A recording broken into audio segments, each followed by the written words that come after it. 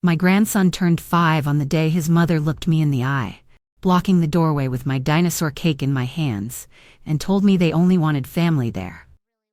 I stood there with the gift bag cutting into my fingers, listening to music and laughter behind her, while my own son stared at the floor like a stranger who did not know how to say my name.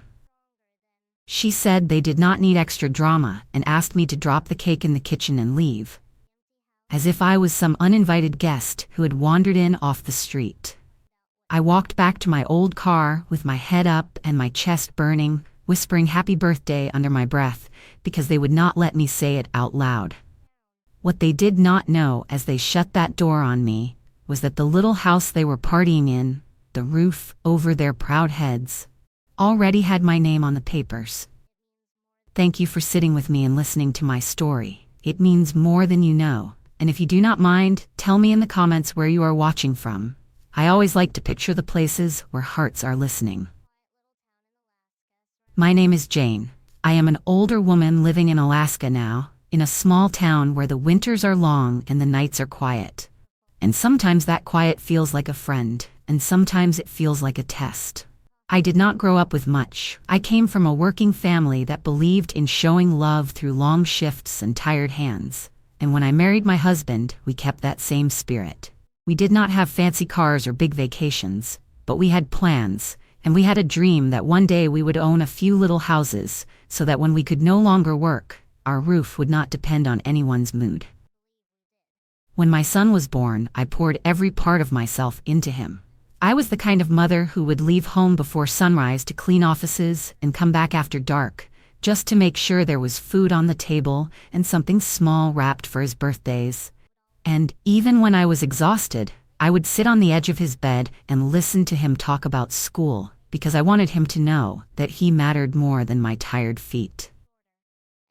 My husband and I saved every spare dollar. We skipped new clothes, we fixed things instead of replacing them. And while other people were showing off, we were signing quiet papers at the bank, buying one old house, then another. Always telling each other that these bricks were our insurance against the day when our bodies could not carry heavy loads anymore. And that one day, if life went well, our son would have something solid to stand on. When my husband passed, I felt like the world tilted. But I held on to those keys and those deeds, the way some people hold on to photographs. I learned to talk to bankers and repairmen. I learned to check roofs and read contracts. And through all of it, I kept telling myself that as long as my son was safe and my grandson was loved, all the long nights and lonely mornings would be worth it. I never boasted about what we owned. I wore simple clothes. I drove an old car, and I let people think I was just another old woman trying to stretch a small pension, because I wanted to see who would stand with me when they thought I had nothing. And I wanted my son to love me for more than what my signature could do on a piece of paper. So when I stood at that birthday door with the dinosaur cake in my hands and heard that I was not considered family enough to be there, all those years of scrubbing floors, skipping meals, and signing quiet papers came rushing back to me. And something inside my chest shifted, not with rage, but with a slow, deep understanding that the story of my life and the roof over their heads did not begin with them, and it was not going to end with that closed door. As my son grew older and started his own life, I kept telling myself that all those long years of sacrifice were finally paying off. He had a good job, a nice place to live, and when he told me he had met someone special, I smiled and prayed she would be kind, not just to him, but to the woman who had wiped his tears and packed his lunches. The first time I met his wife, she was polite in that careful way that feels more like an interview than a welcome.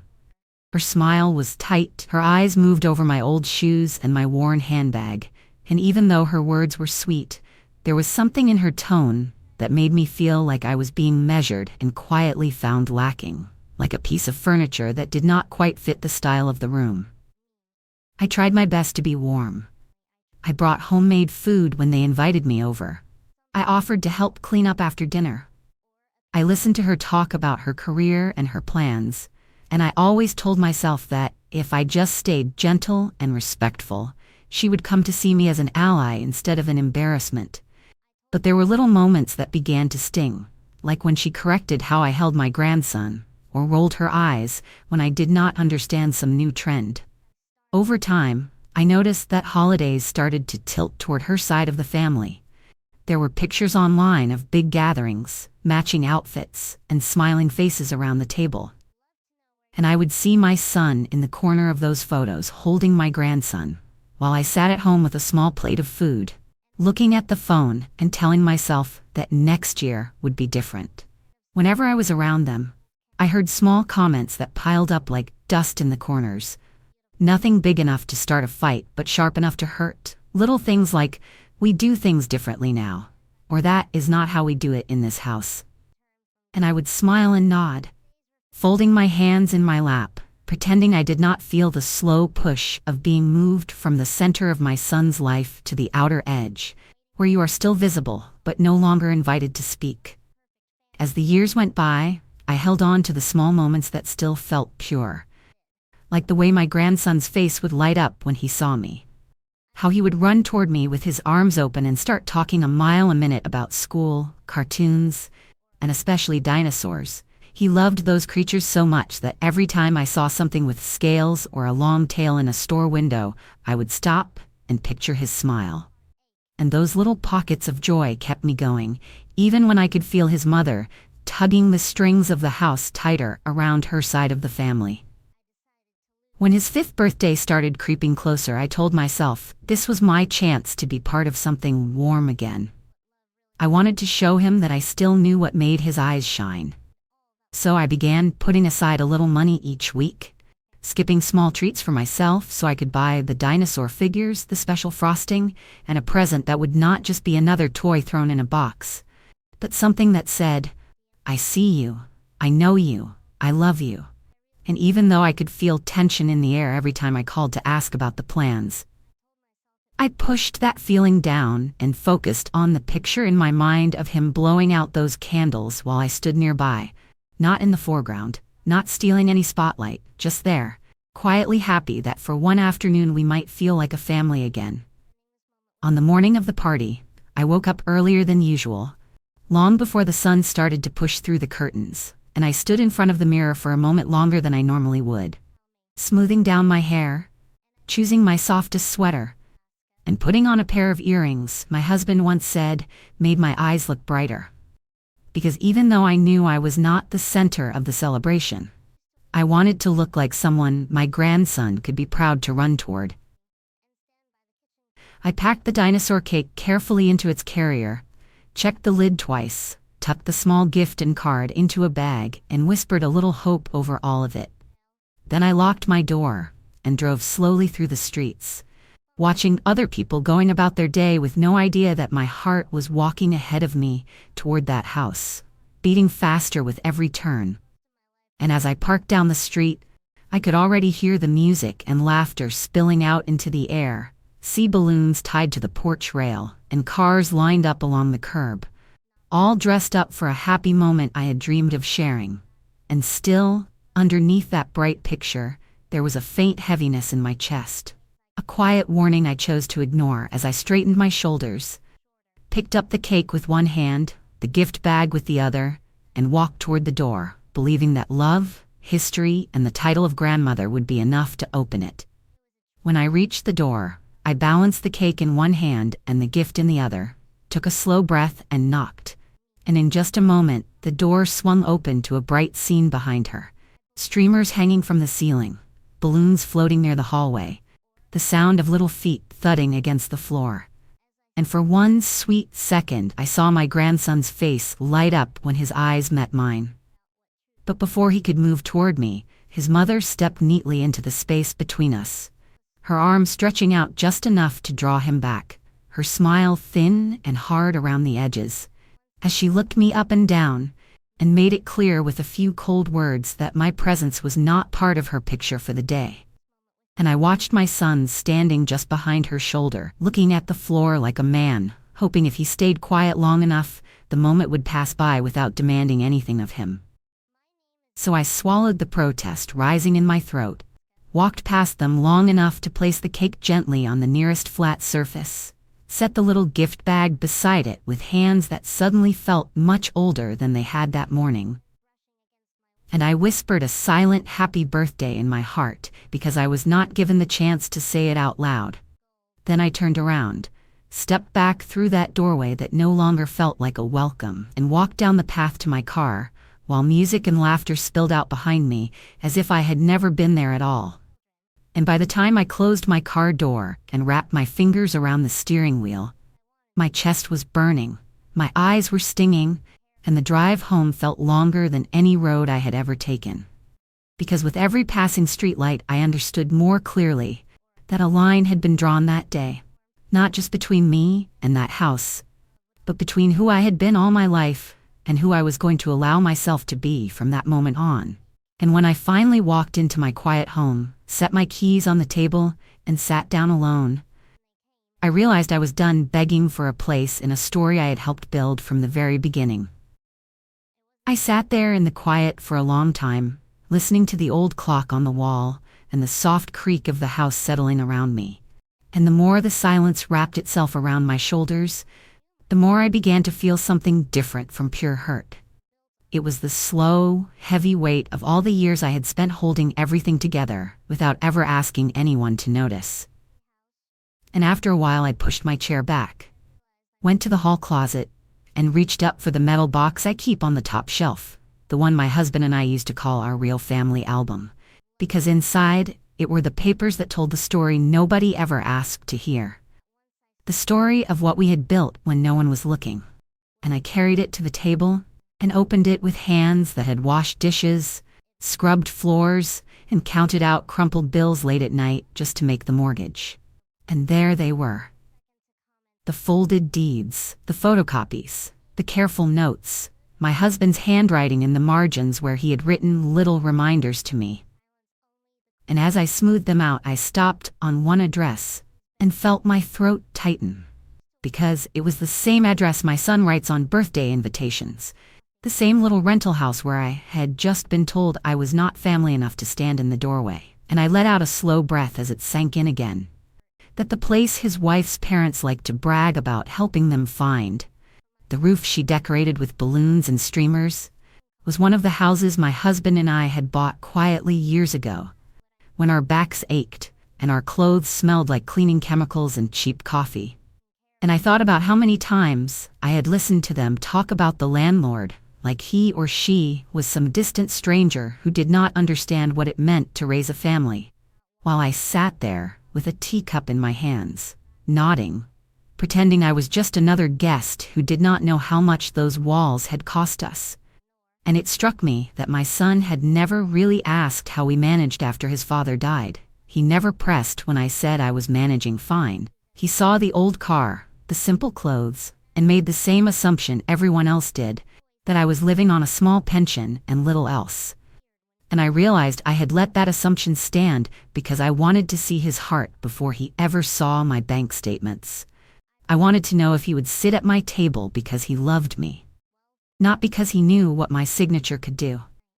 So as I sat there at that table, with the metal box open and the papers spread out, I felt the sharp edge of the afternoon's insult rubbing against the deep, steady truth of those documents.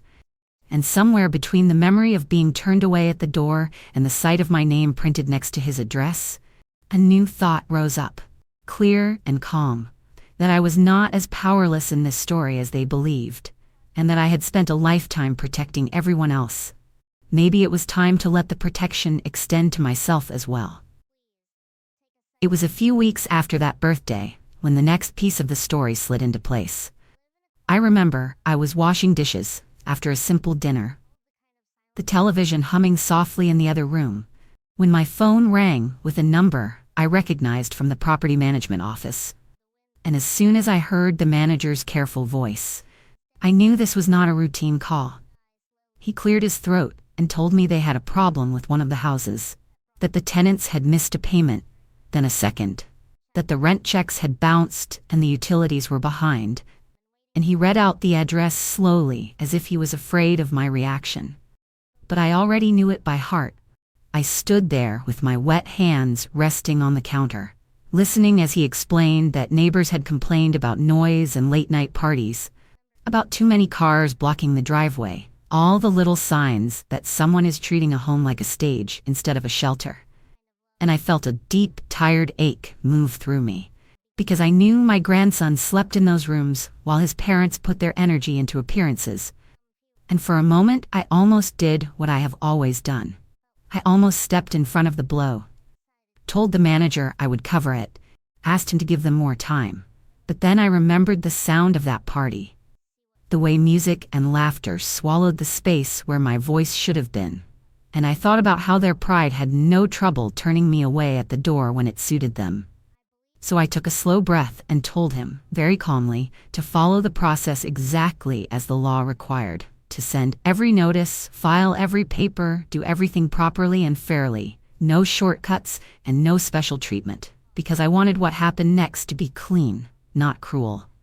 And when I hung up the phone, my legs felt weak, and I had to sit down, knowing that my decision would shake their world, yet also knowing that I was not the one who had created the cracks. I was only choosing to stop patching them in silence. And as hard as it was to picture my grandson in the middle of that storm, I told myself that sometimes the most loving thing a person can do is step out of the way and let the truth knock on the door by itself. The day the notice finally went up on their door, I did not see it with my own eyes. I heard it through the same careful voice from the manager who told me the papers had been served, that they had been given every warning and every chance, and that now the process was officially moving forward. And I thanked him quietly, then sat at my table with my hands wrapped around a warm cup, knowing that somewhere across town my son and his wife were staring at a piece of paper they never expected to see. And it was not even an hour later when my phone rang again, this time with my son's name glowing on the screen, his voice rushed and shaky as soon as I answered. He told me they were being treated unfairly, that their landlord was kicking them out, that they did not deserve this and had nowhere to go. And he ended with the question I had carried in my bones for years: "Can we come stay with you while we figure this out, Mom?" And I sat there listening to him, hearing the panic, hearing the same mouth that had stayed silent when I was turned away now calling me like a safe harbor. And I felt a deep sadness and a strange clarity wash over me. So I took a breath and spoke slowly, telling him that his landlord was not some stranger who did not understand what family means. That the person who owned those walls and that roof knew exactly who slept under them at night. And I said, gently but firmly, that before we talked about where they might stay, we needed to talk about how they had treated the person who had made sure they had somewhere to live at all. And in the long silence that followed, I could almost hear the pieces shifting in his mind. As if for the first time, he was realizing that the woman with the old car and simple clothes had been holding far more of his life in her hands than he ever bothered to ask about. When I finally told him that the landlord he was so angry with was not a stranger at all, but his own mother, there was this sharp little gasp on the line. And for a moment, neither of us spoke. It was as if all the times he had complained about rent, all the jokes his wife had made about people who just collected checks, suddenly stood in the room with him and refused to move. And I could almost see his face as he whispered, "You own this place, Mom." Like the idea had never once crossed his mind that the woman he turned away at the door with a dinosaur cake in her hands was the same woman who kept a roof over his head. So I told him, "Yes, your father and I bought that house when you were still young. We did it so you would never have to start as low as we did." And I reminded him, very quietly, that on the day of the party, they had only wanted his wife's family in that home, not the person whose name was on the deed. He started to stumble over apologies and excuses, blaming stress, saying he did not know, saying his wife did not mean it the way it sounded, and I listened without interrupting, because for once, I wanted him to hear his own words echo back inside his chest. Then I told him that I was not calling the process off with a snap of my fingers, that this was not about revenge, but about respect. And if he and his wife wanted to sit at my table and talk about where they would live and what would happen next, they would have to come as a son and daughter-in-law, ready to be honest. not as tenants trying to charm a landlord. And before we ended the call, I added one last thing, that I would not see my grandsons sleeping in a car or on a couch somewhere. But I was done being treated like a piece of furniture. They could move out of the picture whenever it did not match their decor. And that simple truth, spoken calmly, felt heavier and more solid than any wall I had ever helped pay for. They did come, a few days later, not with the loud confidence I had seen at that birthday party, but with tight shoulders and eyes that would not quite meet mine. And we sat at my small kitchen table where I had once helped my son with homework and counted out coins for groceries. Only this time I let the silence sit between us until he finally said he was sorry, that he had let things go too far. While his wife stared at her hands and muttered that the words at the door had come out wrong. And I listened. I really did. But I also knew that apologies without change are just noise. So I told them calmly that I was not turning back the clock on what had been set in motion. Instead, I laid out what I was willing to do, that I would not see my grandson uprooted and lost, which was why I was already speaking with a lawyer about putting the lease and that house into a trust in his name for the future. And that if they wanted to keep living there in the meantime, they would have to agree to attend financial counseling to learn how to manage money properly, and attend family sessions where they would face how they had treated me. And I made it clear that this was not a negotiation, that I was done being the invisible support beneath their feet. And as I watched my son nod slowly, tears starting to gather in his eyes, and saw his wife fight between pride and fear, I felt a strange kind of peace settle over me. Because for the first time in a very long time, I was not just giving. I was setting terms, not out of spite, but out of respect for myself and for the little boy who deserved to grow up in a home built on more than image and convenience. The weeks that followed did not turn into some perfect picture. There was no magical day where everything suddenly felt healed. But small things began to shift in ways I could feel, even if no one said them out loud.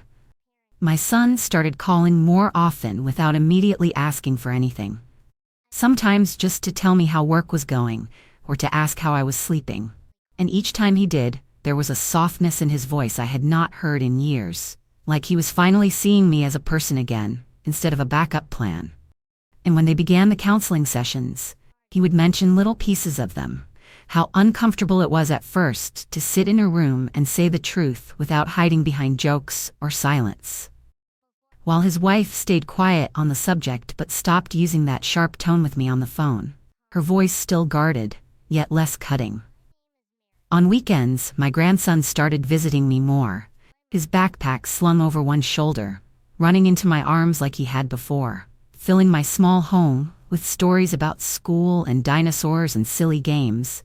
And I would sit with him at my kitchen table, helping him frost simple cupcakes or draw pictures, never once speaking badly about his parents, because I wanted him to grow up knowing that love can be firm without being cruel. And every time he hugged me goodbye and said he could not wait to come back, I felt a quiet pride that had nothing to do with deeds or bank accounts. I kept working with the lawyer to finish the trust, making sure that one day when he was old enough to stand on his own, the house would be there for him as a safety net that did not depend on anyone's moods.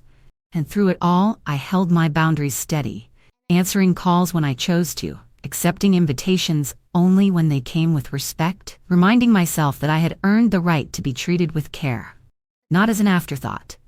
And even though there were still moments when my heart ached for the easier closeness we never quite had, I knew deep down that something important had changed, not just in them, but in me. Because I was no longer standing on the outside of my own life waiting for someone else to open the door. Sometimes when I sit alone in my little living room and the evening settles around the windows, I think back to that dinosaur cake and the way it never made it to the table the way I imagined. And instead of feeling only the sting, I see the full picture now.